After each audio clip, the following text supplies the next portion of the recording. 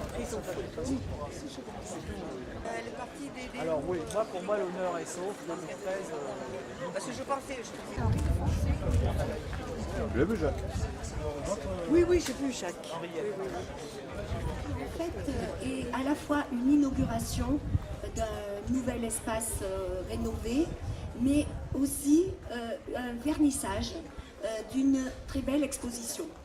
Notre ami Olivier Bernex est là. C'est un peintre de la région, à l'eau. Il est professeur de peinture aussi au Cave du Logis Neuf. C'est un passionné. Ça fait presque 4 ans qu'on travaille ensemble sur les projets, sur l'évolution de ce site magnifique. Je pense au fond de lui, il va dire qu'il n'y croyait jamais, mais ça y est, c'est fait, nous y sommes. Il aime particulièrement un chanteur et c'est vrai qu'on peut l'identifier comme le Léo Ferré de la peinture.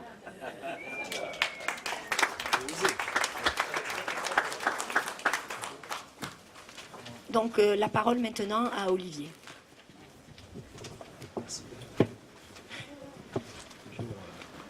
Bien.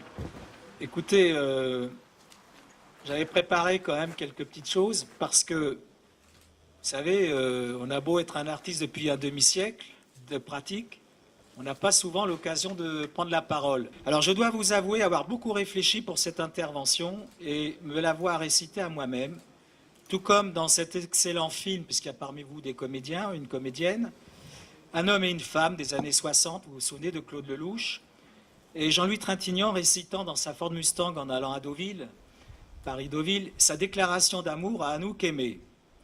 Pour ma part, c'est une déclaration d'amour pour vous et pour Allo. Je ne peux pas ne pas avoir une pensée, et certains d'entre vous vont comprendre, pour des amis qui ont disparu depuis maintenant quelques années, bien sûr, qui s'appelaient Jacqueline et Bernard Monin, et leur fils Patrick, sans qui, je crois, tout cela n'aurait pas pu exister de la même manière. À savoir que d'abord, si je me suis installé à Allo, c'est parce qu'ils avaient préparé un local, un appartement à côté de leur maison, et ils tenaient à ce que je sois leur voisin, malgré mes difficultés pour me supporter. Cette usine, c'est l'objet d'un long combat. Alors je sais qu'on n'est plus sous Charlemagne, je dis ça parce que je pensais qu'il y aurait Roland, nous ne sommes plus sous Charlemagne, et nous ne sommes pas à Roncevaux, mais à Allo.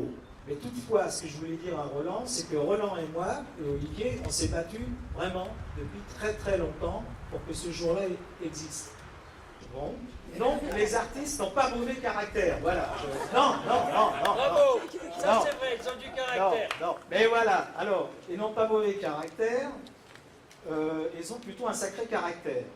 L'exposition complète donc celle de l'Orangerie du Sénat, qui a été effectivement montée grâce à Roland Povinelli, qui a aussi été à Paris montée grâce à Alain Villa.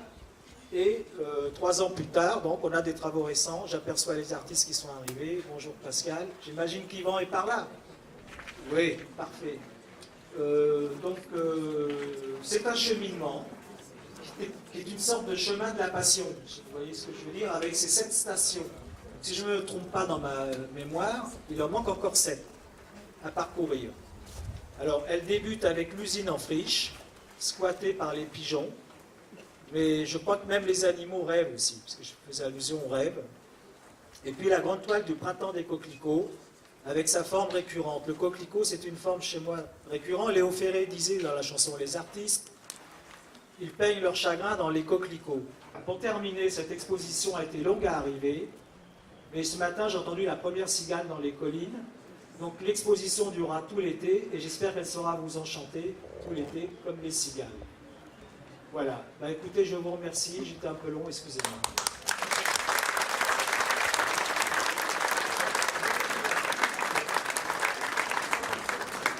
Vous savez combien, monsieur le maire, tenait absolument à ce que, et tient toujours, à ce que ce pôle devienne un pôle culturel, mélangeant toute forme d'expression.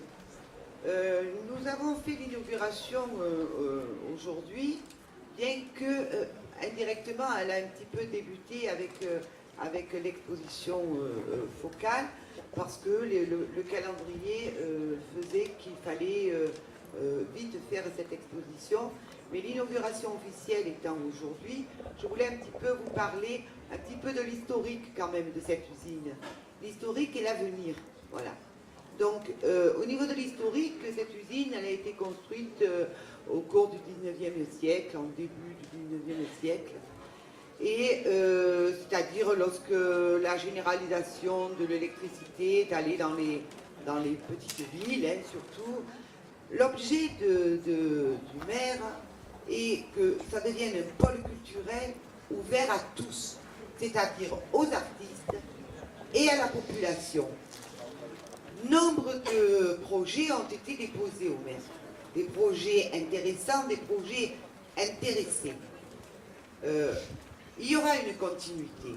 Il va y avoir des artistes qui vont s'installer peut-être dans les dépendances et il y aura une continuité qui sera faite. Les projets, il y a une étude encore qui est faite en ce moment pour répondre au plus pointu aux besoins de la population. Tirez dessus, tirez dessus. Tirez dessus. C'est bon. Bravo.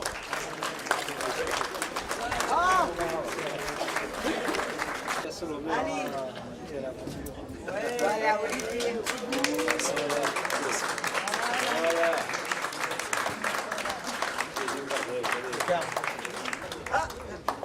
Voilà le fameux printemps arabe. Alors ce que j'ai appelé le squat, là les pigeons. Alors les voitures roulées, les bars, enfin bref, je crois que c'est.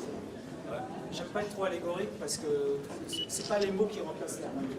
Donc la peinture, on la ressent avant de peindre, je pense, du sens.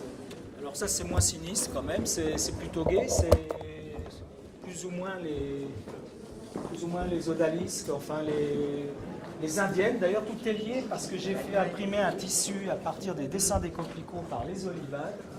Et je me suis servi de ce thème récurrent et répétitif que sont les empreintes des coquelicots pour en faire un fond.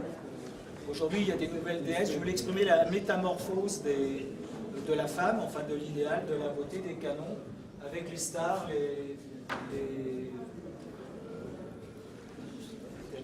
enfin les nouvelles idoles, on pourrait dire. Mais ça me tient beaucoup à cœur. C'est ma 11e rêverie des rêveries du promeneur solitaire de Rousseau. C'est ma 11e rêverie donc qui parle effectivement de la lutte Eros Thanatos, de la longévité et en même temps voilà, la finitude. Donc c'est ce combat entre ces notions-là.